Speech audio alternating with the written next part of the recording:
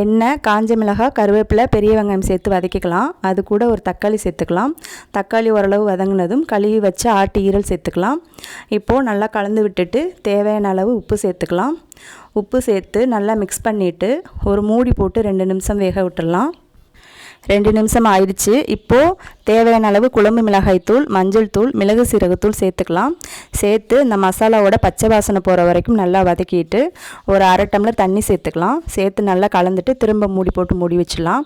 அவ்வளோதான். 2 நிமிஷத்துக்கு அப்புறம் நம்மளோட ஈரல் வறுவல் சூப்பராக ரெடி ஆயிடுச்சு. இப்போ சிம்லேயே வச்சு நல்லா ட்ரை ஆகிற வரைக்கும் வறுத்துக்கலாம். அவ்வளோதான். சூப்பர் டேஸ்ட்டான ஈரல் வறுவல் ரெடி.